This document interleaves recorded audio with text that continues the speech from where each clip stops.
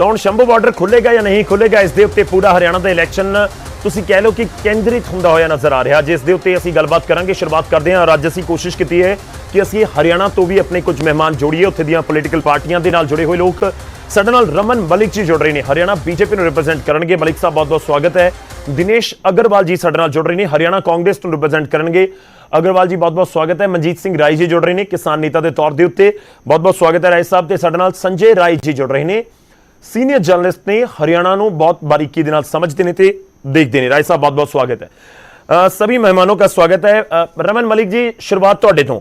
Border ਨਹੀਂ ਖੁੱਲ ਪਾਏਗਾ, ਥੋੜਾ ਜਿਹਾ ਪਹਿਲਾਂ ਕਲੀਅਰ ਕਰੋ, ਕਿਉਂਕਿ ਸਾਬਕਾ ਸੀਐਮ ਨੇ ਮਨੋਹਰ ਲਾਲ ਖੱਟਰ, ਉਹਨਾਂ ਦੀਆਂ ਸਟੇਟਮੈਂਟਸ ਬਹੁਤ ਸਾਰੀਆਂ ਹੈਗੀਆਂ, ਮੈਂ ਉਸ ਦੇ ਉੱਤੇ ਫੋਕਸ ਕਰਾਂ। ਪਰ ਉਹਨਾਂ ਦੀ ਇੱਕ ਸਟੇਟਮੈਂਟ ਹੈ ਕਿ ਪੂਰਾ ਮਾਮਲਾ ਸੁਪਰੀਮ ਕੋਰਟ ਦੇ ਵਿੱਚ ਹੈ, ਇਸ ਕਰਕੇ ਕੋਈ ਸਰਕਾਰ ਬਣੇ ਨਾ ਬਣੇ ਇਹ ਨਹੀਂ ਖੁੱਲ ਸਕਦਾ ਬਾਰਡਰ। ਪਹਿਲਾਂ ਥੋੜਾ ਇਹ ਕਲੀਅਰ ਕਰੋ ਕਿ ਜੇ ਸੁਪਰੀਮ ਕੋਰਟ ਤਾਂ ਕਹ ਰਿਹਾ ਖੋਲ ਦਿਓ ਬਾਰਡਰ, कि जे आज कोई दो धिरां तैयार होंदियां ने तो बॉर्डर खोल सकता है। एक कमेटी बनाई हुई है जी, जो इसके विषयों को पूरी तरीके से देख रही है जी। उस कमेटी के ऊपर यह आधारित है कि ये जांच करना, जिस प्रकार से हरियाणा ने पक्ष रखा है कि दिल्ली में जब ये कथित किसान गए थे, और मैं बार बार बड़े स्पष्ट रूप से बोल रहा हूँ, कथित किसान गए थे। प्रोग्रेसिव फार्मर्स यूनियन जो है वो कथित किसान है, वो कांग्रेस के वर्कर्स हैं, वो किसान नहीं है। किसानी करते हुए कांग्रेस के वर्कर हैं तो अपने आप को किसान बोलते हैं।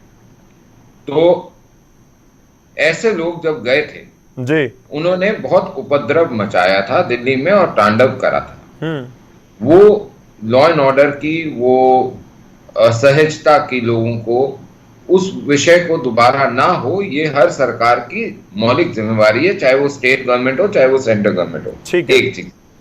दूसरी चीज सर, कंकरेंट लिस्ट का विषय होता है एग्रीकल्चर।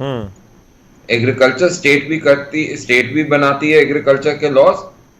कृषि मंत्री स्टेट में भी होता है, सेंटर में भी होता है जी, बिल्कुल। और इसमें विषय में जो मूलभूत जो सुविधाएं और मूलभूत परिदृश्य होता है एग्रीकल्चर का, उनकी क्या सहूलियतें देनी है, उनको क्या क्या करना है, उनके लिए क्या सब्सिडी देनी है, स्टेट अपनी पॉलिसी में, बजट में डालती है।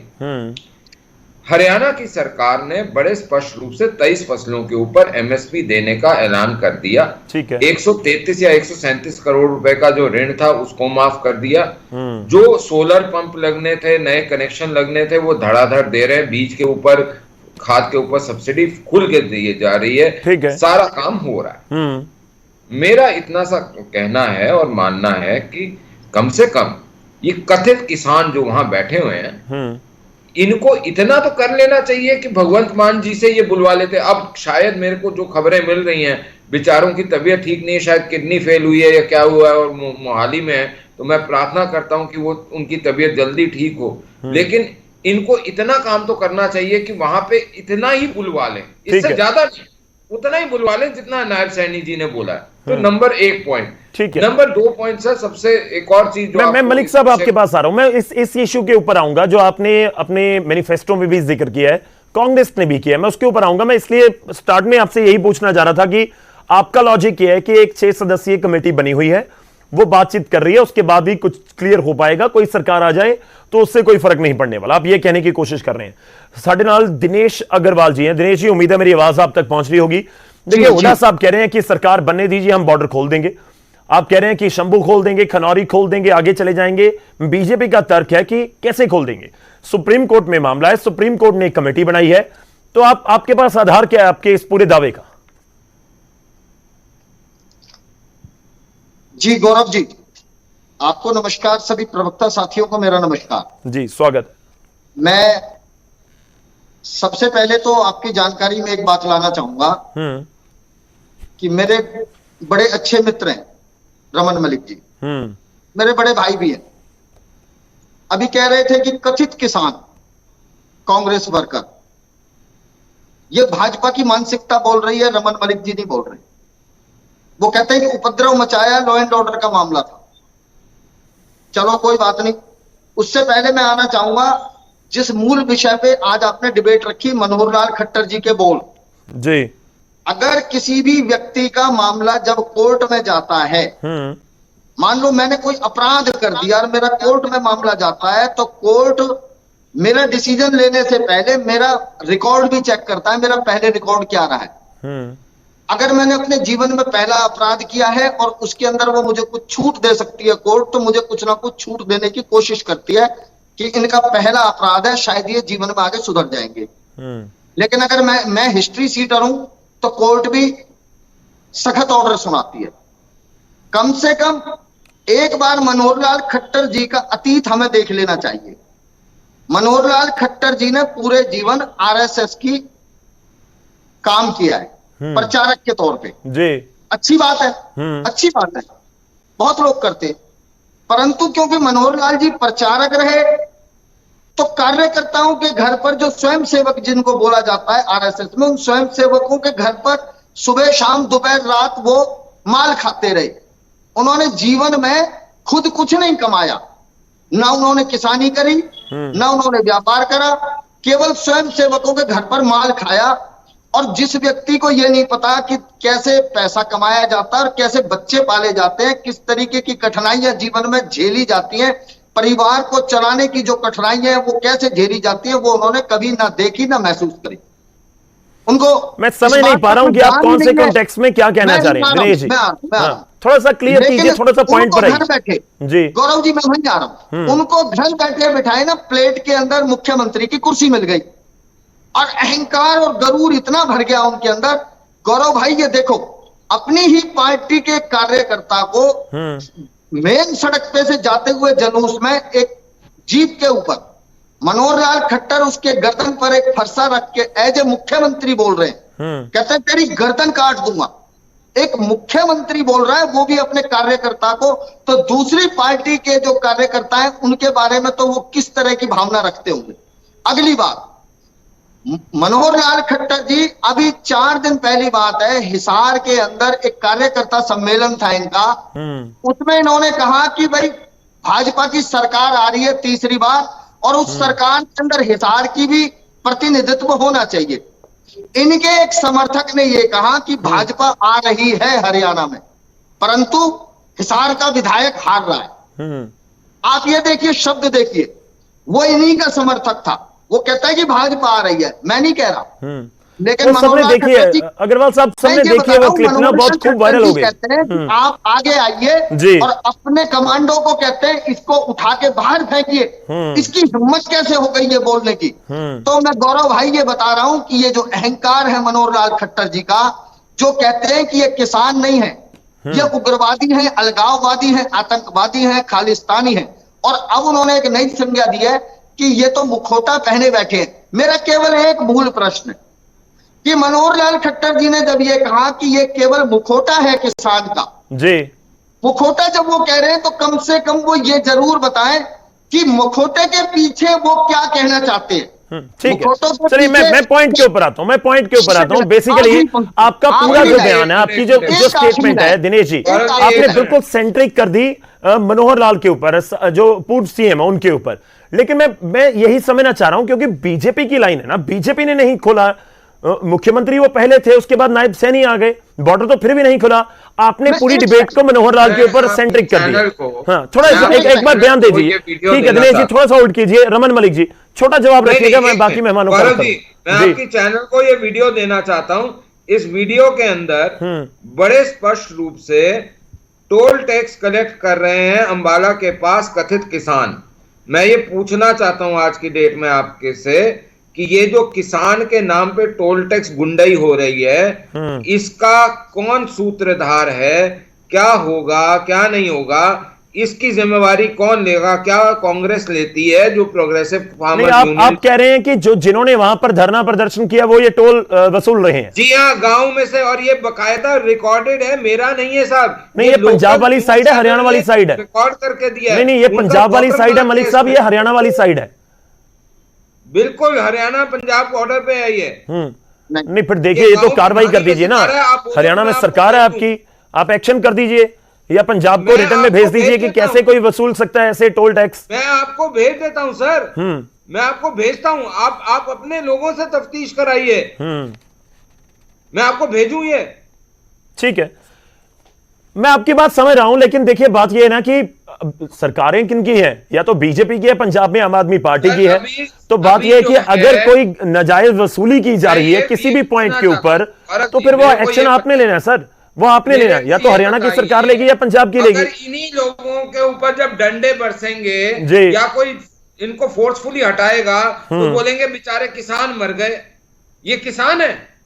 ठीक है, चलिए चलिए, मैं आपको ये किसानों का किसान रुख लग रही करता हूं। ठीक है, आपकी बात आ गई। मलिक साहब थोड़ा सा इंतजार कीजिएगा। ਸਾਡੇ ਨਾਲ ਮਨਜੀਤ ਸਿੰਘ ਰਾਏ ਜੀ जुड़े हुए ने और संजय राय जी भी ने। ਪਹਿਲਾਂ मैं मनजीत सिंह ਦਾ रुख करदा ਹਾਂ। ਸਾਡੇ ਨਾਲ किसान नेता जुड़े हुए ने।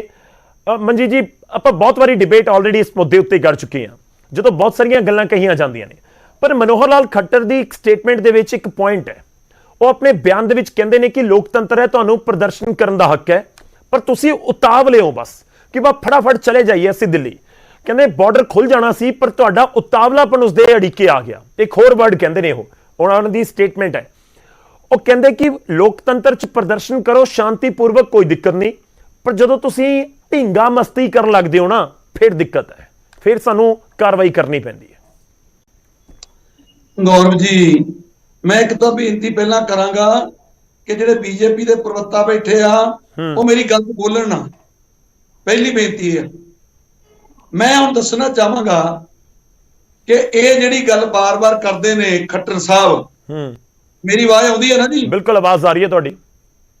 ਖੱਟਰ ਸਾਹਿਬ ਕਹਿੰਦੇ ਨੇ ਕਿ ਇਹ ਬਾਰਡਰ ਖੁੱਲ ਜਾਣਾ ਸੀ, ਇਹਨਾਂ 'ਚ ਧੀਰਜ ਨਹੀਂ। ਮੈਂ ਇਹ ਦੱਸਣਾ ਚਾਹੁੰਦਾ ਵੀ ਬੈਠਿਆਂ ਨੂੰ ਸਾਨੂੰ 228 ਦਿਨ ਹੋ ਗਏ। ਧੀਰਜ ਨਾਲ ਹੀ ਬੈਠੇ ਆ ਨਾ, ਧੀਰਜ ਨਾਲ ਹੀ ਬੈਠੇ ਆ। ਜਦੋਂ ਇਹਨਾਂ ਨੇ ਗੋਲੀਆਂ ਚਲਾਉਣੀਆਂ ਸ਼ੁਰੂ ਕੀਤੀਆਂ, ਆਪਣੇ ਧੀਰਜ ਨਾਲ ਬਹਿ ਗਏ ਆਪਾਂ। ਹੁਣ ਦੂਸਰੀ ਗੱਲ, ਮਲਿਕ ਸਾਹਿਬ ਇੱਕ ਫੋਟੋ ਦਿਖਾਈ ਜਾਂਦੇ ਨੇ ਵੀ ਜੀ ਆ ਟੋਲ ਲੈ ਰਹੇ ਨੇ। ਪਹਿਲਾਂ ਮਲਿਕ ਸਾਹਿਬ ਨੂੰ ਪੁੱਛ ਲਓ ਵੀ ਬਾਰਡਰ ਖੁੱਲਾ ਆ? ਬਾਰਡਰ ਤੋਂ ਦੀ ਕੋਈ ਸਾਈਕਲ ਵੀ ਲੰਘਦਾ ਜਿੱਥੋਂ ਟੋਲ ਤੋਂ ਪੈਸੇ ਵਸੂਲਣੇ ਨੇ ਕਿਸਾਨਾਂ ਦੇ? ਨਹੀਂ ਰਾਜ ਸਾਹਿਬ, ਮੈਂ ਥੋੜੇ ਦਰੁਸਤ ਕਰਾਂ। ਉਹ ਕਹਿ ਰਹੇ ਨੇ ਕਿ ਜਿਹੜਾ ਪਿੰਡਾਂ ਦੇ ਵਿਚਾਲੇ ਨੂੰ ਰਾਹ ਬਣਿਆ ਹੋਇਆ। ਗੌਰਵ ਜੀ, ਮੇਰੀ ਬੇਨਤੀ ਸੁਣ ਲਿਓ। ਮੈਂ ਤੁਹਾਨੂੰ ਕਹਿ ਰਿਹਾ ਵਿੱਚ ਇਹ ਨਾ ਬੋਲਣ, ਇਹ ਬਾਅਦ ਜਵਾਬ ਦੇ ਦੇਣ। ਇਹ ਜਿੱਦਾਂ ਡਿਬੇਟ ਹੋਣੀ ਚਾਹੀਦੀ ਉਸ ਤਰ੍ਹਾਂ ਨਹੀਂ ਹੋਣੀ ਚਾਹੀਦੀ, ਕੋਈ ਦਿੱਕਤ ਨਹੀਂ। ਮੈਂ ਤੁਹਾਨੂੰ ਮੈਂ ਵਿਚਾਲੇ ਟੋਕਣ ਦੀ ਕੋਸ਼ਿਸ਼ ਨਹੀਂ ਕਰ ਰਿਹਾ, ਮੈਂ ਤੁਹਾਨੂੰ ਰਿਕੁਐਸਟ ਕਰ ਰਿਹਾ। ਉਹਨਾਂ ਦਾ ਤਰਕ ਇਹ ਹੈ, ਤੁਸੀਂ ਉਸ ਤਰੀਕੇ ਨਾਲ ਜਵਾਬ ਦਿਓ ਤਾਂ ਕਿ ਲੋਕਾਂ ਤੱਕ ਗੱਲ ਪਹੁੰਚ ਸਕੇ। ਰਾਜ ਸਾਹਿਬ, ਉਹਨਾਂ ਦਾ ਤਰਕ ਹੈ ਕਿ ਜਿਹੜੇ ਰਸਤੇ ਬਣੇ ਹੋਏ ਨੇ ਪਿੰਡਾਂ ਦੇ ਵਿੱਚੋਂ ਹੋ ਕੇ ਰਾਹ ਲੋਕ ਤਾਂ ਜਾ ਰਹੇ ਨੇ ਨਾ। ਦੇਖੋ, ਇਹ ਤਾਂ ਨਹੀਂ ਹੈ ਕਿ ਲੋਕ ਹਰਿਆਣਾ 'ਚ ਨਹੀਂ ਜਾ ਰਹੇ, ਕੁਝ ਵਾਇਆ ਡੇਰਾਬੱਸੀ ਹੋ ਕੇ ਜਾ ਰਹੇ ਨੇ, ਕੁਝ ਨੇੜੇ ਦੇ ਪਿੰਡਾਂ ਦੇ ਵਿੱਚੋਂ ਜਿਹੜੇ ਛੋਟੇ ਰਾਹ ਨੇ ਜਾਂ ਕੱਚੇ ਰਾਹ ਨੇ ਉਹਨਾਂ ਤੋਂ ਜਾ ਰਹੇ ਨੇ। ਇਹਨਾਂ ਦਾ ਤਰਕ ਹੈ ਕਿ ਉੱਥੇ ਵਸੂਲੀ ਹੋ ਰਹੀ ਹੈ। ਮੈਂ ਗੌਰਵ ਜੀ, ਮੈਂ ਕਹਿੰਦਾ ਹਰਿਆਣਾ ਦੀ ਸਰਕਾਰ ਬੀਜੇਪੀ ਦੀ ਆ ਜੀ, ਜਿਹੜਾ ਕੋ ਵਸੂਲੀ ਕਰਦਾ ਉਹਨੂੰ ਫੜ ਕੇ ਅੰਦਰ ਦੇਣ ਜੀ। ਠੀਕ ਹੈ, ਮੈਂ ਵੀ ਇਹੀ ਗੱਲ ਕਹਿ ਰਿਹਾ ਸੀ ਜੀ। ਮੇਰੀ ਬੇਨਤੀ ਆ, ਕਿਸਾਨ ਕੋਈ ਨਹੀਂ ਵਸੂਲੀ ਕਰ ਰਿਹਾ। ਬੀਜੇਪੀ ਐਡੀ षड्यंत्रकारी ਪਾਰਟੀ ਆ। ਇਹ ਕੀ ਕਰਦੇ ਆ, ਆਪਣੇ ਕਾਰਜਕਰਤਾ ਖੜੇ ਕਰਕੇ। आपका नाम तो पूरा हो रहा है ना सर? फिर सर आपका नाम तो खराब हो रहा है ना। अगर आपका नाम खराब कर रहा है, आप उसको पकड़ोगे नहीं कि क्यों भाई तू मेरा नाम खराब कर रहा है? ਤੁਸੀਂ ਬੋਲੋ, ਮੈਨੂੰ ਪਤਾ। चलो एक एक करके मलिक साहब राय जी, एक एक करके। देखिए, मेरी रिक्वेस्ट है, आप दोनों स्काइप के जरिए जुड़े हैं, तो थोड़ा सा टेक्नोलॉजी को भी समझे। हम तीनों इकट्ठे बोलेंगे, आवाज किसी की नहीं जाएगी। ठीक है, मैं मलिक साहब आपके पास आ रहा हूं, आपको पूरा टाइम दूंगा, बेफिक्र रहिए। राय साहब कंप्लीट कर। मेरी गल सुन लेना जी। गल बेनती है, ਇਹ ਬੀਜੇਪੀ ਕਰਦੀ ਰਹੀ ਆ। ਉੱਥੇ ਵੀ ਅਸੀਂ ਬਾਰਡਰ ਤੇ, ਸਿੰਘੂ ਬਾਰਡਰ ਤੇ ਵੀ ਫੜ ਕੇ ਦਿੰਦੇ ਰਹੇ ਪੁਲਿਸ ਨੂੰ, ਜਿਹੜੇ ਸ਼ਰਾਰਤੀ ਅਨਸਰ ਭੇਜਦੇ ਸੀ। ਹੁਣ ਇੱਥੇ ਵੀ ਜਿੱਦਣ ਅਸੀਂ ਆਏ ਆ 13 ਫਰਵਰੀ ਨੂੰ, ਉਸ ਤੋਂ ਬਾਅਦ 4 ਮੁਲਾਜ਼ਮ ਫੜ ਕੇ ਦਿੱਤੇ ਹਰਿਆਣਾ ਸਰਕਾਰ ਦੇ। ਪੁਲਿਸ ਮੁਲਾਜ਼ਮ ਪੰਜਾਬ ਪੁਲਿਸ ਦੇ ਹਵਾਲੇ ਕੀਤੇ, ਜਿਹੜੇ ਕਹਿੰਦੇ ਜੀ ਸਾਨੂੰ ਅਸੀਂ 7 ਫਰਵਰੀ ਤੋਂ ਡਿਊਟੀ ਲਾਈ ਹੋਈ ਆ। ਹਰਿਆਣਾ ਸਰਕਾਰ ਨੇ ਇੰਟੈਲੀਜੈਂਸ ਦੇ ਬੰਦਿਆਂ ਦੀ, ਤੇ ਪੁਲਿਸ ਘੁੰਮਦੀ ਕਿਤੇ ਨਾ ਪੰਜਾਬ ਦੇ ਵਿੱਚ, ਸਾਡੇ ਬੱਚਿਆਂ ਨੂੰ ਅਗਰੈਸਿਵ ਕਰਦੇ ਨੇ। ਇਹ षड्यंत्रकारी ਪਾਰਟੀ षड्यंत्र ਰਚਦੀ ਇਦਾਂ ਦੇ ਪੁੱਟੇ ਸਿੱਧੇ। ਦੂਸਰੀ ਗੱਲ, ਮੈਂ ਇੱਕ ਬੇਨਤੀ ਕਰਾਂ, ਜਿਹੜੀ ਖੱਟਰ ਸਾਹਿਬ ਦੀ ਗੱਲ ਆਪਾਂ ਅੱਜ ਇਹ ਉਸ ਗੱਲ ਤੇ ਜੀ, ਉਸ ਗੱਲ ਤੇ ਤਾਂ ਨਹੀਂ ਜਾਣਾ, ਨਹੀਂ ਇਹ ਗੱਲ ਹੋਰ ਪਾਸੇ ਨੂੰ ਘੁਮਾ ਕੇ ਲੈ ਜਾਣਗੇ। ਖੱਟਰ ਸਾਹਿਬ ਜਿਹੜੀ ਗੱਲ ਕਰ ਰਹੇ ਨੇ, ਖੱਟਰ ਸਾਹਿਬ ਨੇ 2020 ਦੇ ਵਿੱਚ ਵੀ ਕਿਹਾ ਸੀ ਭਈ 100 ਬੰਦਾ ਲੱਠ ਲੈ ਲਓ ਤੇ ਇਹਨਾਂ ਦੇ ਸਿਰ ਫੋੜ ਦਿਓ। ਔਰ ਉਸ ਤੋਂ ਬਾਅਦ ਅਟੈਕ ਵੀ ਹੋਇਆ ਕਿਸਾਨਾਂ ਦੇ, ਫਿਰ ਮਾਫੀ ਵੀ ਮੰਗੀ ਖੱਟਰ ਸਾਹਿਬ ਨੇ। ਇਹ ਬੇਨਤੀ ਕਰਾਂ, ਇਹ ਬੀਜੇਪੀ ਦਾ ਚਿਹਰਾ ਹੈ ਵੀ ਇਹ ਪਹਿਲਾਂ ਕੰਗਣਾ ਰਣੌਤ ਬੋਲਦੀ ਇੱਕ ਦਿਨ, ਫਿਰ ਉਹ ਬਿਆਨ ਵਾਪਸ ਲੈ ਲੈਂਦੀ। ਹੁਣ ਖੱਟਰ ਸਾਹਿਬ ਬੋਲੇ ਨੇ ਇਹ ਅਸਲ ਦੇ ਵਿੱਚ ਕੀ ਹੈ, ਪ੍ਰਵੋਕ ਕਰ ਰਹੇ ਨੇ ਹਰਿਆਣਾ ਮੈਂ ਵਿੱਚ ਤੁਹਾਨੂੰ ਕਿਸਾਨਾਂ ਖੱਟਰ ਸਾਹਿਬ ਦੀ ਕਿਹੜੀ ਸਟੇਟਮੈਂਟ ਤੋਂ ਤੁਹਾਨੂੰ ਸਭ ਤੋਂ ਵੱਧ ਇਤਰਾਜ਼ ਹੈ ਮਨਜੀਤ ਸਿੰਘ ਰਾਏ ਜੀ? ਮੈਂ ਜਿਹੜੇ ਕਹਿੰਦੇ ਵੀ ਇਹ ਕਿਸਾਨ ਹੀ ਹੈ, ਨਹੀਂ ਮੈਂ ਕਹਿੰਦਾ ਅਸੀਂ ਸਰਟੀਫਿਕੇਟ ਲੈਣਾ ਬੀਜੇਪੀ ਤੋਂ, ਬੀਜੇਪੀ ਸਰਟੀਫਿਕੇਟ ਦਊਗੀ ਕੌਣ ਕਿਸਾਨ ਹੈਗਾ ਕਿ ਨਹੀਂ, ਜਿਨ੍ਹਾਂ ਨੂੰ ਖੇਤੀ ਬਾਰੇ ਮਤਲਬ ਤੁਹਾਨੂੰ ਇਤਰਾਜ਼ ਹੈ ਕਿ ਮਖੌਟਾ ਸ਼ਬਦ ਦਾ ਇਸਤੇਮਾਲ ਕੀਤਾ ਗਿਆ, ਨਕਲੀ ਦਾ ਇਸਤੇਮਾਲ ਕੀਤਾ ਗਿਆ ਸ਼ਬਦ ਦਾ? ਮੈਂ ਤੁਹਾਨੂੰ ਕਹਿਣਾ ਜੀ, ਮਖੌਟਾ ਕੀ ਹੁੰਦਾ ਜੀ? ਅਸੀਂ ਤਾਂ ਕਾਂਗਰਸ ਨੂੰ ਵੀ ਕਹਿੰਦੇ ਆ ਵੀ 2006 ਜਿਨ੍ਹਾਂ ਨੇ ਲਿਆਂਦੀ ਸਵਾਮੀਨਾਥਨ ਰਿਪੋਰਟ ਲਾਗੂ ਨਹੀਂ ਕੀਤੀ, ਸਾਡਾ ਕਿਸਾਨ ਕਾਂਗਰਸ ਨੇ ਕੀ ਲੈਣਾ ਦੇਣਾ? ਠੀਕ ਹੈ, ਸਾਡਾ ਕੀ ਕਿਸੇ ਰਾਜਨੀਤਿਕ ਪਾਰਟੀ ਨੇ ਲੈਣਾ ਦੇਣਾ? ਮਖੌਟਾ ਪਹਿਨਿਆ ਹੋਇਆ ਉਹ ਇਹਨਾਂ ਨੇ ਕਿਸੇ ਪਾਰਟੀਆਂ ਦਾ, ਅਸੀਂ ਕਿਉਂ ਪਹਿਨਣਾ ਜੀ? ਅਸੀਂ ਤਾਂ ਕਿਸਾਨ ਆ, ਨਿਰੋਲ ਕਿਸਾਨੀ ਦੀ ਗੱਲ ਕਰਦੇ ਆ, ਆਪਣੀਆਂ ਮੰਗਾਂ ਲੈ ਕੇ ਆਏ ਆ ਜੋ 2014 ਚ ਨਰਿੰਦਰ ਮੋਦੀ ਨੇ ਕਿਹਾ। ਨਰਿੰਦਰ ਮੋਦੀ ਜੀ ਸਾਡੇ ਜਿਹੜੇ ਪ੍ਰਧਾਨ ਮੰਤਰੀ ਨੇ, ਉਹਨਾਂ ਨੇ ਕਿਹਾ ਕਿ ਅਸੀਂ ਪਹਿਲੀ ਕੈਬਨਿਟ ਦੇ ਵਿੱਚ ਤੁਹਾਨੂੰ ਕਰਜ਼ਾ ਮਾਫੀ ਕਰਾਂਗੇ, ਸਵਾਮੀਨਾਥਨ ਉਹ ਲਾਗੂ ਕਰਾਂਗੇ, ਐਮਐਸਪੀ ਦੇ ਗਰੰਟੀ ਦੇਵਾਂਗੇ। ਠੀਕ ਹੈ, ਅਸੀਂ ਉਹ ਮੰਗਾਂ ਬਣਾਉਣ ਆਏ ਆ, ਚੇਤਾ ਕਰਾਉਣੇ 10 ਸਾਲ ਹੋ ਗਏ ਇਹਨਾਂ ਦੀ। ਠੀਕ ਹੈ, ਚਲੋ मैं ਤੁਹਾਡੇ ਕੋਲ ਵਾਪਸ ਆਉਣਾ, ਤੁਹਾਡੀ ਗੱਲ आ गई। मलिक साहब थोड़ा सा इंतजार कीजिएगा, एक बार मैं संजय राय जी बहुत देर से इंतजार कर रहे हैं, उनका रुख कर रहा हूं। संजय राय जी, होपफुली मेरी आवाज आप तक पहुंच रही होगी। इस समय हरियाणा के चुनाव में क्या सबसे बड़ा मुद्दा शंभू और खनौरी बॉर्डर को समझा जाए? इसका इंपैक्ट किस तरह से देखते हैं? क्योंकि मैंने स्टार्टिंग में जो ओपनिंग की उसमें जिक्र किया कि देखिए यहां से खुल जाएगा जो बिल्कुल साथ लगते हुए डिस्ट्रिक्ट हैं या फिर मैं कहूं कि विधानसभा सीटें हैं, उनको डायरेक्टली फायदा हो सकता है, लेकिन अगर दिल्ली पहुंच गए तो वहां पर भी इंपैक्ट होगा। मैं थोड़े को लेना है कमेंट राय साहब, थोड़ा इंतजार करें। किसानों ने संजय राय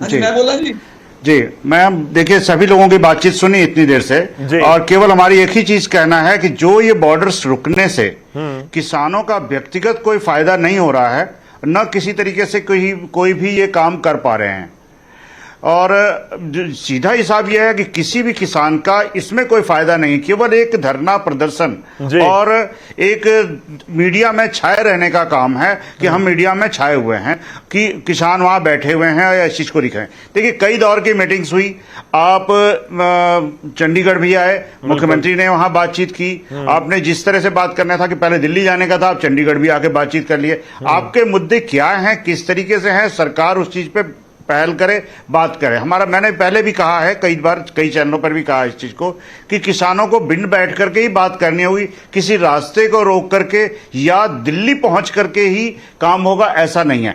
जो भी काम होगा दिल्ली में भी बैठ के बात होनी है, यहां चंडीगढ़ में भी बैठ के बात होनी है। चंडीगढ़ केंद्र शासित है, केंद्र के ही लोग आके यहां बैठेंगे, केंद्र के शासित में लोग ही काम कर रहे हैं। दूसरा मुझे ये कहना है कि जब कहा गया है कि मुखौटे और किसानी, तो हर पार्टी के किसान प्रकोष्ठ, किसान संघ, किसान की सेल क्यों बनी हुई है? मेरा तो यही सवाल है कि अगर हर पार्टी ने, कांग्रेस नहीं बनाई हुई है, बीजेपी नहीं बनाई है, अकाली दल ने भी किसान प्रकोष्ठ बनाए हुए हैं, तो क्यों बनाए हुए हैं? अगर ये सब मुखौटे ही हैं या उनको केवल अपने कार्यकर्ताओं को उसके अंदर एडजस्टमेंट करी गई है, तो क्यों करी गई है? हमें ये काम कहना है कि अगर ये किसानों का विरोध कर रहे हो तो अपने यहां से किसान सेल हटा दो, ठीक है, और किसी भी तरह का किसानों का वहां पे अस्तित्व मत रखो अगर आपको अपने कार्यकर्ता रखना है। और हम आपको एक चीज क्लियर बता दें कि बिना किसानों के कोई शहर नहीं है, कोई भी चीज नहीं है, ना आदमी जीवित रह सकता। किसानों की अहमियत है। संजय, मैं भी किसान का बेटा हूं, और किसान की चीज रखता हूं, और मैं लिखता भी हूं, एक और चीज जानना चाहूंगा, ये कितना बड़ा मुद्दा है जो बॉर्डर बंद है इस समय? क्योंकि हुड्डा साहब आते हैं, बोलते हैं कि सरकार बनने दीजिए, सबसे पहले हम यही खोल देंगे। बॉर्डर बंद होना या बॉर्डर खोल देना क्या हरियाणा की सियासत को इस समय प्रभावित, चुनाव को प्रभावित कर रहा है आपकी नजर में? जी बिल्कुल इस समय प्रभावित कर रहा है, और लोग इस चीज को मुद्दा बना रहे हैं। अभी इनकी एक सांसद जो हिमाचल से हैं, कंगना रनौत, उसका बयान आया कि तीनों कानून लागू कर दिया। किसी तरीके से आग ठंडी हुई थी, उस आग को फिर भड़का दिया गया। ये छोटे छोटे जो ये कार्यकर्ता हैं और जो लोग हैं, अपने अपनी बयानबाजियों से जो काम ठंडे बस्ते में चला गया या ठंडा हो गया, जिस चीज को कम खत्म होना था, वो फिर इन्होंने सुलगा दिया।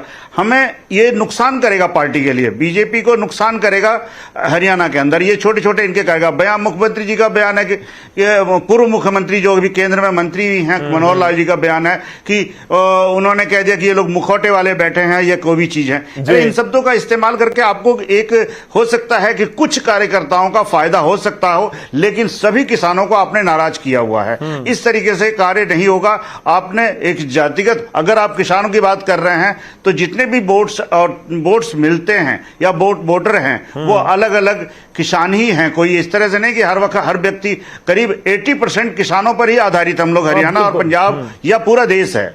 20% ही जो लोग शहरों में आगे बस गए या जिन्होंने खेती बेच दी अपनी या नहीं है, या प्रवासी जो बाहर से आए आजादी के समय में, वही लोग किसानों का विरोध कर रहे हैं। अब तो हम इस चीज को कहें तो ये विवाद में आ जाएगा कि हमने इस तरह को कह दिया। लेकिन बात वही है कि जिनके पास एक बूंद, एक एकड़ जमीन नहीं, एक बीघा जमीन नहीं, एक कनाल जमीन नहीं, वो लोग ही किसानों का विरोध कर रहे हैं। आज हम इस चीज को कहें तो बात कुछ सही आ जाएगी, लेकिन बात यह है कि आप मुद्दे को बनाइए, उसको सुलझाइए, बिल बैठ के बात कीजिए। कृषि मंत्री अभी आए हैं तो कृषि मंत्री भी बातचीत कर रहे हैं और हर चीज को मुद्दे जा रहे हैं, लेकिन आप केवल उलझाने पर लगे हो, एक एक मुद्दे को देकर के किसानों को उकसा रहे हो। ये उकसाने वाली राजनीति बंद करें। अगर आप हार रहे हो तो क्यों उकसा रहे हो? ठीक है, चलिए बात वहां पर आ रही है। हम एक ही चीज कहेंगे, सभी लोगों का यही कहना है, अब बॉर्डर बंद है, वसूली हो रही है, वो उस चीज की जांच करे। मुख्यमंत्री मान क्या कर रहे हैं, उनका भी उसमें रोल हो, केंद्र का रोल हो, हरियाणा की सरकार उसमें अभी इस समय कोई नहीं है, जो चुन के आएगी वो करेगी। तो इस चीज पे काम करना चाहिए। ठीक है, चलिए मैं आपके पास वापस आऊंगा। देखिए सवाल इस समय यह भी है कि कितना बड़ा इंपैक्ट होगा अगर बॉर्डर खुलता है, कितनी सीटों के ऊपर इंपैक्ट हो सकता है चुनाव में अगर बॉर्डर खोल दिया जाता है या खोलने की बात हो रही है। तो क्या इधर इंपैक्ट पॉजिटिव, और बिल्कुल दिल्ली के साथ लगती जो सीटें हैं, जो बॉर्डर के साथ सिंगू या टिकरी के साथ लगती सीटें हैं, वहां पर कोई नेगेटिव इंपैक्ट पड़ सकता है? यह भी एक अहम सवाल है। मलिक साहब तो जवाब लेना, पर उस तो पहला कुछ कहना चाह रहे सी, 30 सेकंड दे पाऊंगा मनजीत सिंह राय जी। मेरा कहना यह है शुक्ला जी, मलिक जी कहते भी ये एग्रीकल्चर ਜਿਹੜਾ ਸਬਜੈਕਟ ਹੈ ਇਹ ਸਟੇਟ ਸਬਜੈਕਟ ਹੈ। ਐਗਰੀਕਲਚਰ ਅਸੀਂ ਵੀ ਇਹੀ ਕਹਿ ਰਹੇ ਸੀ 2020-21 ਦੇ ਵਿੱਚ, ਤੇ ਫਿਰ ਸਾਡੇ 700 ਕਿਸਾਨ ਸ਼ਹੀਦ ਕਿਉਂ ਕਰਵਾਇਆ? ਇਸ ਗੱਲ ਤੇ ਬੀਜੇਪੀ ਦੀ ਪੂਰੀ ਟੀਮ ਮਾਫੀ ਮੰਗਦੀ ਹੈ। ਜੇ ਮਾਫੀ ਮੰਗਦੀ ਹੈ ਅਸੀਂ ਕੇਂਦਰ ਤੋਂ ਮੰਗਣਾ ਛੱਡ ਦਿਆਂਗੇ। ਇਹ ਮੰਗਣ ਕੰਨ ਫੜ ਕੇ ਮਾਫੀ ਪੂਰੇ ਦੇ ਉਹਨਾਂ ਨੇ ਕਿਹਾ ਸੀ ਕੌਨਕਰੈਂਟ ਲਿਸਟ ਹੈ ਸਰ, ਕੌਨਕਰੈਂਟ ਲਿਸਟ ਹੈ। ਇਹ ਅਮਿਤ ਸ਼ਾਹ ਜੀ ਅਸੀਂ 750 ਕਿਸਾਨ ਸ਼ਹੀਦ ਕਰਾਇਆ, ਸਟੇਟ ਸਬਜੈਕਟ ਸੀ, ਇਹ ਮੰਨਣ ਜੀ। ठीक है, नहीं ठीक है राय साहब, कॉन्करेंट लिस्ट है, उस स्टेट भी एक पार्ट अदा कर दी, एक सेंटर भी पार्ट अदा कर दी। उन्होंने जिक्र किया ना कि सेंटर च भी एग्रीकल्चर मिनिस्टर होंदा, स्टेट च भी होंदा, और दोवां पासे होंदा। मतलब कॉन्करेंट लिस्ट जिहड़ी हुंदी है उस दे विच इह टॉपिक आउंदा है। मलिक साहब राय साहब को सुनना चाहिए। राय साहब कई बार सुनते नहीं है, सुबह भी यही हो रहा था कि वो सुनते नहीं है। मैंने पहले बोला कि ये कंकरेंट लिस्ट का जो एग्रीकल्चर है वो कंकरेंट लिस्ट का एक सब्जेक्ट है, और उसमें अगर ऐसा नहीं होता तो हरियाणा सरकार अपने माध्यम से 23 फसलों के ऊपर एमएसपी देने का ऐलान नहीं करती, ऋण माफी नहीं करती, नए जो सब्सिडीज हैं वो नहीं चलाती, नए कनेक्शंस नहीं देती। ठीक है, पर मलिक साहब देखिए, स्टेट का साथ साथ सेंटर का एक बड़ा रोल तो है। आज पंजाब में अगर एक तारीख से पैडी की खरीद शुरू होगी तो एक दिन पहले 41,000 करोड़ की सीसीएल किसने जारी की है? वो सेंटर से आ रहा है ना पैसा। सेंटर का रोल वेलफेयर पॉलिसीज में है, और जो दूसरा सबसे बड़ा रोल है वो ये है सेंटर का कि इस तरीके के कानून बनाए ताकि किसानों का उत्पीड़न ना हो सके, उनके ऊपर दबाव डाल के उनको खसोटा ना जा सके, उनकी जमीनें ना हड़पी जा सकें। जैसे पहले सुखी लाला जैसा वो लगा देता था ना अंगूठा कि जी 5,000 रुपए लिए और दे दीजिए, जमीन गिरवी रख दी, वो वाला सिस्टम ना हो, और ब्याज के ऊपर ब्याज, ब्याज के ऊपर ब्याज, ब्याज के ऊपर ब्याज, और किसान की जमीन मर जाए, ये काम ना हो। ये सेंटर का काम है। बहरहाल हम मेन मुद्दे पे आते हैं। सियासत, एक सेकंड सर, मैं थोड़ा सा आपसे जानना चाह रहा हूं। आप कह रहे हैं कि सेंटर का काम है, एमएसपी सेंटर लागू कर रही है, एमएसपी केंद्र की सरकार तय करती है। नहीं देखिए, एमएसपी अगर केंद्र की सरकार तय कर रही है, आप कह रहे हैं कि तय करना उनका पार्ट, देना स्टेट का पार्ट। नहीं, एक minute Gaurav ji, let me correct you. Centre आज से नहीं, 1966 से जब से एमएसपी चालू करी गई जी, तब से एक लिमिटेड क्वांटम के लिए जो सरकारी खरीद है उसके ऊपर जो मिनिमम सपोर्ट प्राइस है वो इशू करती है। सारी पूरी की पूरी प्रोक्योरमेंट पे नहीं करती। ये आज का नहीं है, ये हमेशा से है। हरियाणा सरकार ने जो कहा है वो ये कहा है कि हम जितनी भी प्रोक्योरमेंट सरकार करेगी, जो केंद्र कर रही है वो भी और जो स्टेट गवर्नमेंट करेगी वो भी, वो इस एमएसपी पे करेगी ताकि भाव सरकार द्वारा जो दिया जा रहा है वो एक करंट भाव बने। ठीक है, लेकिन मैं जो विषय आपको लाना चाहता हूं वो ये है कि जो आप बात कर रहे थे मुखौटे वाली, उस पे बात होनी चाहिए, इस पे ये तफ्तीश होनी चाहिए कि किस किस को कितनी फाइनेंशियल सपोर्ट कांग्रेस द्वारा, आम आदमी पार्टी द्वारा मिली है। क्योंकि जब शराब तक के लंगर बांटने की बात कांग्रेस के नेता करते हैं, पानीपत की नेत्री बोल रही थी, आपके पास भी रिकॉर्ड होगा, मेरे पास भी है, कि वो बोलती इनको शराब का भी लंगर दो। ये जो चीज है वो कहां जाएगी? वो नहीं, वो छुपा दी जाएगी क्या? और एक और चीज, एक मिनट गौरव जी अब मेरे को प्लीज कहने दीजिए। दूसरी चीज, ये बार बार सुबह भी कह रहे थे और मैं आज इनको एक चीज क्लियर कर दूं। खंडा साहब जो हैं, खंडा साहब का कोई भी गुरुद्वारे में या पंथ के निशान में चकोर झंडा नहीं होता। खंडा साहब का हमेशा तिकोनिया झंडा होता है, कहीं पे भी लगाओ खंडा साहब का। तो ये जो चीज है ना, ये सुबह भी ये बोल रहे थे कि लाल किले पे लगा दिया तो क्या हो गया। मेरे को तिकोनिये खंडा साहब के निशान के ऊपर कोई आपत्ति नहीं है, वो मेरे सर माथे पे है। अगर आप चाहो तो मैं भी अभी दिखा दूं, मेरे पीछे मैं जहां बैठता हूं वहां पे गुरु तेग बहादुर की फोटोग्राफ हमेशा रखता हूं मैं अपने सर के ऊपर, क्योंकि बाबे दे आशीर्वाद दे बिना मैं कुछ नहीं हूं। लेकिन एक चीज मैं आपको फैक्ट बता रहा हूं, जो यूज खंडा साहब का चकोर फ्लैग होता है वो खालिस्तानी कर रहे हैं। ये डिफरेंस है सर, आपको देखना पड़ेगा। और एक और चीज मैं थोड़ा सा इंतजार कि आप मैं आपसे ये भी कह रहा हूं ना, आप देखिए समय ना खराब हो। मलिक साहब, अगर आपको लगता है कि इनको कोई फंडिंग हो रही है, देखिए बार बार लोग सवाल यही करेंगे, फंडिंग हो रही है तो लोगों के सामने लाके रख दीजिए ना। पहले कि उतना तो चलिए जितना हम चल चुके हैं, उतना तो चलवाइए उनको। ठीक है, चलिए थोड़ा सा इंतजार कीजिए, मैं जवाब लूंगा। पर उससे पहले दिनेश जी का एक, अग्रवाल साहब का एक कमेंट ले लूं। अग्रवाल साहब, आपको लगता है कि कोई मुखौटा नहीं है? आपको लगता है कि ये किसान ही है? आपको लगता है कि किसान ही प्रदर्शन कर रहे हैं? आप ये भी समझा दीजिए कि अब बॉर्डर खोल देंगे तो उसका क्या असर होगा?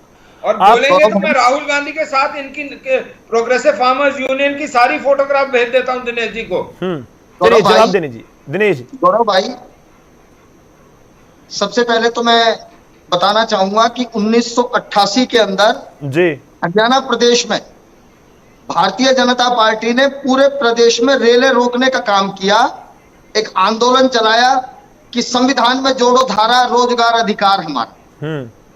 हरियाणा में रेलें क्यों रोकी गई, किस लिए रोकी गई? आपकी कोई डिमांड थी उसके लिए, बट जो मेरे भाई अभी पक्ष रख रहे थे भाजपा का कि मांग रखने का तरीका होता है, शांतिपूर्वक तरीका होता है। क्या चलती हुई रेलों को रोकना, नागरिकों को असुविधा पहुंचाना, ये शांतिपूर्वक प्रोटेस्ट है? और आज अगर किसान अगर सड़क पे बैठे हैं तो उनको उग्रवादी और अलगाववादी इनके नेता कहते हैं। मेरे भाई ने तो नहीं कहा, मैं इनके लिए नहीं कह रहा, पर इनके नेता कहते हैं। दूसरी बात यह है, अभी चर्चा के बीच में यह बात आई कि सभी जितने भी राजनीतिक दल हैं सभी के अंदर प्रकोष्ठ बने हुए हैं, सभी में प्रकोष्ठ है। लेकिन मैं ये कह रहा हूं कि 2000 जो ये कहते हैं कि कांग्रेस के लोग हैं, कांग्रेस के वर्कर हैं, ये कह रहे हैं, मैं नहीं कह रहा। लेकिन कांग्रेस के वर्कर आप कह रहे हैं, इसका मतलब 2014 से पहले आपने भाजपा के वर्करों को मुखौटा पहनाया होगा। लेकिन मेरा कहना यह कि किसान किसान है, वो ना भाजपा का है, ना कांग्रेस का है, ना सपा का है, ना बसपा का है।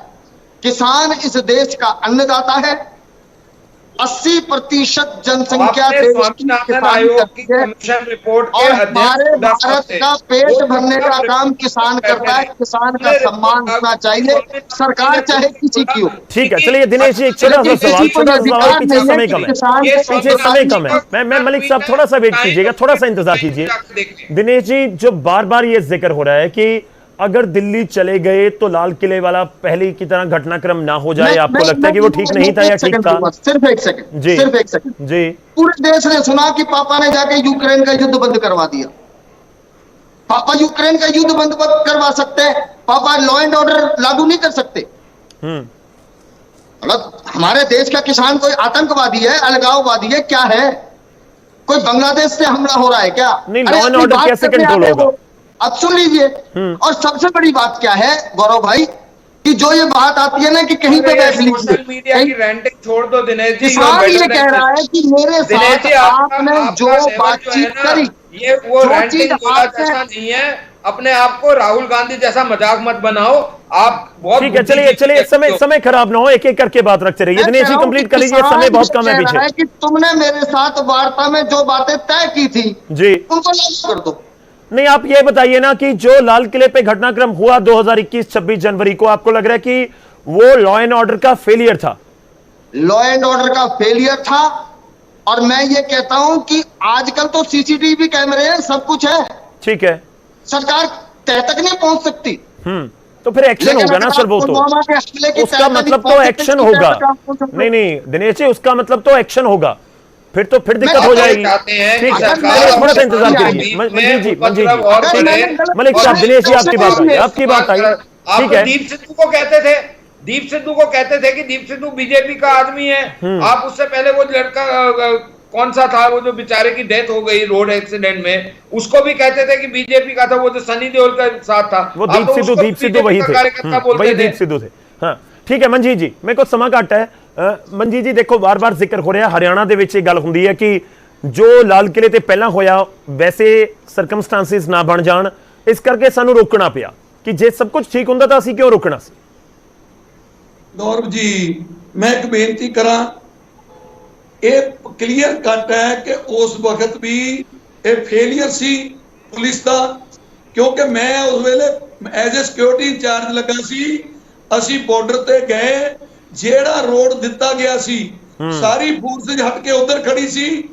जेड़े नौजवान सी उन्होंने ये लग रहा सी भी रोड सीधा जा रहा, मोरे कोई बैरिकेडिंग नहीं सी, 2 टिप्पर सी, वो परे हटाते गए, नौजवान सीधे लाल किले चले गए। मैं बेनती करा, ये सारी जेड़ी साजिश कर दिया बीजेपी आरएसएस लोगों को बदनाम करने लई, ये सारा नहीं, पर राय साहब तुसी कहो कि ਉਹ ਰੋਡ ਸਿੱਧੀ ਜਾਰੀ ਸੀ, ਤੁਸੀਂ ਇੱਕ ਗੱਲ ਕਹਿ ਕੇ ਪੱਲਾ ਨਹੀਂ ਨਾ ਝਾੜ ਸਕਦੇ। ਜੇ ਤੁਹਾਡੇ ਉੱਤੇ ਜ਼ਿੰਮੇਵਾਰੀ ਹੈ ਪੂਰੇ ਇਕੱਠ ਨੂੰ ਕੰਟਰੋਲ ਕਰਨ ਦੀ, ਤੁਸੀਂ ਕਹੋ ਜੀ ਉਹਨਾਂ ਨੇ ਬੈਰੀਕੇਡ ਨਹੀਂ ਕੀਤਾ ਸੀ ਇਸ ਕਰਕੇ ਕੰਟਰੋਲ ਨਹੀਂ ਹੋਇਆ। ਤੁਹਾਡੇ ਰੋਡ ਮੈਪ ਦੇ ਵਿੱਚ ਲਾਲ ਕਿਲੇ ਤੇ ਜਾਣਾ ਨਹੀਂ ਸੀ, ਜੇ ਲਾਲ ਕਿਲੇ ਤੇ ਗਏ ਤਾਂ ਫਿਰ ਤੁਹਾਡਾ ਵੀ ਫੇਲਿਅਰ ਹੋਇਆ ਨਾ। ਜੇ law and order the failure ਤਾਂ ਤੁਹਾਨੂੰ ਵੀ ਸਵਾਲ ਹੋਊਗਾ। गौरव जी, जिस रोड ते जाना, जे बैरिकेडिंग तुसी उत्ते करदे हो, दूसरा रोड खुला छड्डदे हो, फिर की हालात होणगे? इन्नी पब्लिक ਨੂੰ ਸਾਹਮਣਾ ਸੌਖਾ ਹੁੰਦਾ। ਫਿਰ ਉਹੀ ਗੱਲ ਆ ਗਈ ਨਾ, ਫਿਰ ਜਵਾਬਦੇਹੀ ਦੋਵੇਂ ਤਰ੍ਹਾਂ ਦੀ ਹੋ ਗਈ। ਜਵਾਬਦੇਹੀ ਦੋਵੇਂ ਤਰ੍ਹਾਂ ਦੀ ਹੋ ਗਈ। ਤੁਸੀਂ ਕਹਿ ਰਹੇ ਹੋ ਬੈਰੀਕੇਡ ਨਹੀਂ ਕੀਤਾ, ਠੀਕ ਹੈ ਮੰਨ ਲਿਆ, ਪਰ ਜਿਹੜੇ ਲੋਕ ਕੰਟਰੋਲ ਕਰ ਰਹੇ ਜਿਨ੍ਹਾਂ ਨੇ ਦੱਸਿਆ ਕਿ ਪੂਰੀ ਭੀੜ ਨੇ ਕੇਸ ਵਾਲੇ ਪਾਸੇ ਜਾਣਾ ਹੈ, ਉੱਥੇ ਕਿਤੇ ਨਹੀਂ ਸੀ ਕਿ ਆਪਾਂ ਆਈਟੀਓ ਤੇ ਜਾਣਾ ਹੈ ਜਾਂ ਫਿਰ ਲਾਲ ਕਿਲੇ ਤੇ ਜਾਣਾ ਹੈ, ਲੋਕ ਚਲੇ ਗਏ ਨਾ, ਤਾਂ ਫਿਰ ਜਿਹੜੇ ਕੰਟਰੋਲ ਕਰ ਰਹੇ ਹੁੰਦੇ ਪ੍ਰਬੰਧਕ ਹੁੰਦੇ ਆ, ਉਹਨਾਂ ਦੀ ਵੀ ਜ਼ਿੰਮੇਵਾਰੀ ਤਾਂ ਹੁੰਦੀ ਹੈ। ਫਿਰ ਉਹੀ ਗੱਲ ਨੂੰ ਅੱਜ ਇਸ਼ੂ ਬਣਾਇਆ ਜਾ ਰਿਹਾ 4 ਸਾਲ ਬਾਅਦ ਵੀ। नहीं गौरव जी, फिर साडे ते ना सारा सिੱਟੋ ना, फेलियर ਇਹਨਾਂ ਦਾ ਵੀ ਮੰਨੋ ਨਾ। ਮੈਂ ਤਾਂ ਕਹਿ ਰਿਹਾ ਕਿ ਦੋਵੇਂ ਤਰ੍ਹਾਂ ਹੈ ਨਾ, ਦੋਵੇਂ ਤਰ੍ਹਾਂ ਹੋਈਆਂ। ਮੈਂ ਮੰਨਦਾ ਜੀ, ਦੋਵੇਂ ਤਰ੍ਹਾਂ। ਇਹ ਨਹੀਂ ਮੰਨਦੇ, ਮੰਨਣ ਇਹਨਾਂ ਦਾ ਫੇਲਿयर ਹੈ। ठीक है, क्यों नहीं मानते? चलो समा घट है, मैं एक बार संजय राय का रुख कर लवा। संजय राय जी देखिए, बात यही हो रही है कि अब वाकई पूरा मामला लॉ एंड ऑर्डर के साथ जाके जुड़ता है। मैं ये भी जानना समझना चाह रहा हूं कि हरियाणा के लोग इस समय क्या सोच रहे हैं। देखिए, अभी है अंबाला से इसौर पंजाब की तरफ प्रदर्शन, अगर ये सिंगू बॉर्डर के ऊपर हो गया, जो करनाल से दिल्ली जा रहा है, जो पानीपत से, गन्नौर से, मुरथल से, सोनीपत से दिल्ली जा रहा है, उसके लिए समस्या खड़ी हो जाएगी। तो बॉर्डर का बंद होना, बॉर्डर का खुलना, क्या अब यही सियासत का एक केंद्र है?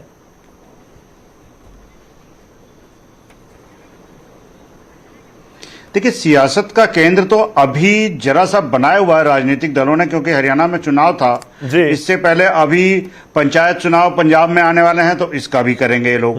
तो सारी चीजों का असर इन लोगों पे करेगा कि पॉलिटिकल पार्टीज को ही ये मैनेज करना है, क्योंकि अपोजिशन में अभी केंद्र से अपोजिशन में आम आदमी पार्टी की सरकार पंजाब में है। अब हरियाणा में कौन आ रहा है ये इसके ऊपर निर्भर करेगा कि यहाँ पे आम आदमी पार्टी मैदान में है, कांग्रेस भी मैदान में है, बीजेपी है ही है, और अन्य दल जो भी हैं वो लोग भी कर रहे हैं। तो सभी अपनी अपनी सियासत में लगे हुए हैं। अभी चर्चा चल रही थी, मैं उस पर अभी बात करता हूं कि अभी थोड़ा सा समय लूंगा, 1 मिनट से अंदर में ही सब कुछ सबमिट करता हूं कि लाल किले पर जो घटना हुई उस क्रम का चर्चा चल रही थी। तो लाल किले के लिए जो रूट दिया गया था, जो चीज तय की गई थी कि जो किसानों के लिए दिल्ली के अंदर आने का, उस पर उन्होंने सरकार को बेवकूफ बना करके, यानी उनको भरमा करके वो लाल किलों की तरफ से अपने सारे किसानों को मोड़ दिया गया था। कि पुलिस ने जिस तरीके से बैरिकेड लगाए थे और सब चीजें थी, वो चीजें की थी, उनमें थोड़ी सी हिंसा हुई वहां पर, और उन लोगों ने आरटीओ से ही उस तरफ दूसरी तरफ को मोड़ दिया था, रुख को लाल किले की तरफ, जिसका खामियाजा सबने देखा, देश ने पूरे ने भुगता कि यह कहां तक क्या हुआ कि लाल किले की प्राचीर तक पे चढ़ गए लोग, वो गलत हुआ। और वो उसमें बदनाम कौन हुआ? किसान। उसमें अराजक तत्व घुसे, वो बदनाम हुआ। बाहर से एक कनाडा से एक आतंकी है, वो बराबर धमकी देता है, उसका भी जिक्र इसमें आता है कि वो फंडिंग्स हो रही है या फंडिंग्स कर रहे हैं या पाकिस्तान से फंडिंग्स हो रही है। वो है, उसकी LIU से जांच हो, CID से जांच हो, IB जांच करे, रॉ जांच करे कि कहां क्या हो रहा है, और जो लोग फंडिंग्स कर रहे हैं उनकी भी जांच हो। सरकार के पास सभी निगाहें खुली हुई हैं। नहीं मालूम क्यों, या तो अगर लाल किले पे ही अगर पुलिस उस समय एक्टिव हो जाती या गोलियां चल जाती तो वो भी एक मुद्दा बन जाता। सरकार ने उस चीज को बचाया और वहां पर बहुत से किसान मर जाते, जो सैकड़ों किसान थे। अब रहती है बात कि यहां से जो बॉर्डर्स बंद हैं, और बॉर्डर बंद होने से सारा औद्योगिक क्षेत्र हमारा पूरा डिस्टर्ब हुआ, चाहे पंजाब का हो, चाहे हरियाणा का हो, या जो भी चीजें, पूरी इंडस्ट्रीज हमारी इस समय अभी बहुत महंगाई में चल रही है, क्योंकि तेल के दाम बढ़े हुए हैं। तेल के दामों से और गाड़ियों को जो घूम के जाना पड़ रहा है, कुछ तो दूसरी डेराबस्सी से निकल रही हैं, कुछ कहीं से निकल रही हैं, तो उससे जो दूरी हो रही है, मैं किसानों से एक बार फिर कहूंगा, अपील भी करूंगा।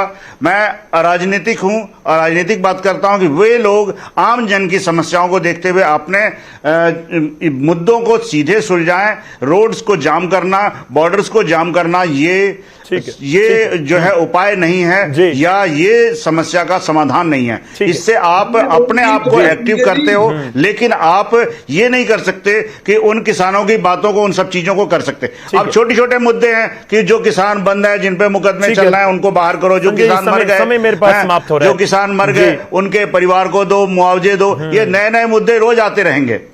ठीक है, चलिए आपकी बात आ गई, आप बार बार जिक्र कर रहे हैं, लेकिन ये सब चीजें रोज आने से लोगों को समस्याओं से किसानों का यह तर्क हमेशा से रहा है कि हमने तो रोड को ब्लॉक किया ही नहीं। हम तो कह रहे हैं आज भी खोल दीजिए, हम तो दिल्ली जाना चाह रहे हैं, आप रोड ब्लॉक कर रहे हैं, हम नहीं कर रहे। मलिक साहब, आपकी फाइनल स्टेटमेंट, बहुत कम टाइम है, 10-15 सेकंड नहीं दे पाऊंगा। अब सिक्योरिटी पर्पस से तो करना पड़ेगा ना। ठीक है मलिक साहब। देखिए गौरव जी, मैं एक ही चीज बोलूंगा कि किसानी का मुद्दा स्टेट और सेंटर दोनों का सब्जेक्ट है। किसानों ने ये तर्क दिया था कि ये लॉ जो है हमारे साथ विचार विमर्श नहीं हुए। मैं आज आपकी चैनल से पंजाब के जो ये किसान बैठे हुए हैं, मैं उनको एक आह्वान करता हूं कि उन्हीं 3 लॉज को, जो वो जिन चीजों को वो एड्रेस कर रहे थे, आप उसके अपने लोगों के साथ बैठ के उसके कानून बना के शिवराज जी को भेंट करो कि जी ये कानून हम चाहते हैं, ऐसा बनाइए इन तीनों सब्जेक्ट को देने के लिए। किसान की जमीन बचे, कोई कॉर्पोरेट वाला उनके ऊपर हावी ना हो जाए, उनके पैसे बचे, उनको ज्यादा पैसे मिले, इस चीज का लेते हुए आप अपनी तरफ से कानून बना के भेज दो ना। कहीं तो बात शुरू होनी चाहिए ना। ठीक है, चलिए वो 3 कानूनों से तो काम आगे बढ़ गया ना मलिक साहब जी। तो ये आगे बढ़ने की बात है कि जी किसानों का जो, क्योंकि हमारे किसान अब जो हैं वो 1 एकड़ 2 एकड़ वाले बहुत सारे हैं, उनको सेव करना बहुत जरूरी है। अगर किसानी नहीं बचेगी, पंजाब ये चीज भुगत रहा है कि बच्चे जमीन बेच के बाहर भाग रहे हैं। चलिए मैं माफी चाहूंगा, बीच में रोक रहा हूं आपका जी। मेरे पास समय मलिक साहब खत्म हो चुका है। शुक्रिया, बहुत बहुत धन्यवाद हमारे साथ जुड़ने के लिए सभी मेहमानों का। ਧੰਨਵਾਦ ਸਾਰਿਆਂ ਦਾ ਸਾਡੇ ਨਾਲ ਜੁੜਨ ਦੇ ਲਈ, ਇਸ ਪੂਰੀ ਗੱਲਬਾਤ ਦੇ ਵਿੱਚ ਸ਼ਾਮਲ ਹੋਣ ਦੇ ਲਈ। ਬਾਰਡਰ ਦੇ ਉੱਤੇ ਬਵਾਲ ਹੈ, ਸਿਆਸਤ ਹੈ, ਖੂਬ ਇਸ ਸਮੇਂ ਹਰਿਆਣਾ ਦੇ ਇਲੈਕਸ਼ਨ ਦੇ ਦੌਰਾਨ ਨਜ਼ਰ ਆ ਰਿਹਾ ਹੈ। ਅੱਜ ਦੀ ਚਰਚਾ ਦੇ ਵਿੱਚ ਜ਼ਿਕਰ ਹੋ ਰਿਹਾ ਸੀ ਕਿ ਕਿਸਾਨ ਹੁੰਦਾ ਹੈ, ਉਹ ਚਾਹੇ ਪ੍ਰਦਰਸ਼ਨ ਕਰ ਰਿਹਾ ਹੈ ਜਾਂ ਕੋਈ ਹੋਰ ਕਰ ਰਿਹਾ ਹੈ, ਤਾਂ ਕਿਸਾਨ ਹੁੰਦਾ ਹੈ। ਮੈਂ ਅੱਜ ਦੀ ਚਰਚਾ ਦਾ ਐਂਡ ਕਰਾਂਗਾ, ਸਮਾਪਤ ਕਰਾਂਗਾ ਕਿ ਕਿਸਾਨ ਤਾਂ ਕਿਸਾਨ ਹੁੰਦਾ ਹੈ, ਪਰ ਸਿਆਸੀ ਪਾਰਟੀਆਂ ਨੂੰ ਇਹ ਵੀ ਪਤਾ ਹੈ ਕਿ ਕਿਸਾਨ ਵੀ ਹੈ, ਕਿਸਾਨ ਵੋਟਰ ਵੀ ਹੈ। ਜਿਹੜਾ ਵੋਟਰ ਵਾਲੀ ਗੱਲ ਹੈ ਨਾ, ਉਹ ਬਹੁਤ ਦਿਮਾਗ ਦੇ ਵਿੱਚ ਰਹਿੰਦੀ ਹੈ। ਹਰ ਪੋਲੀਟੀਕਲ ਪਾਰਟੀ ਦੇ ਇੱਕ ਵੱਡਾ ਵੋਟ ਬੈਂਕ ਕਿਸਾਨ ਹੈਗਾ, ਇਹ ਆਪਾਂ ਸਾਰਿਆਂ ਨੂੰ ਪਤਾ ਹੈ। ਖੈਰ ਦੇਖਣਾ ਹੋਏਗਾ ਸ਼ੰਭੂ ਬਾਰਡਰ ਹਰਿਆਣਾ ਦੇ ਇਲੈਕਸ਼ਨ ਦੇ ਉੱਤੇ ਕਿੰਨਾ ਵੱਡਾ ਇੰਪੈਕਟ ਪਾਉਂਦਾ ਹੈ। ਪ੍ਰਾਈਮ ਟਾਈਮ ਚ ਅੱਜ ਦੇ ਲਈ ਧੰਨਵਾਦ।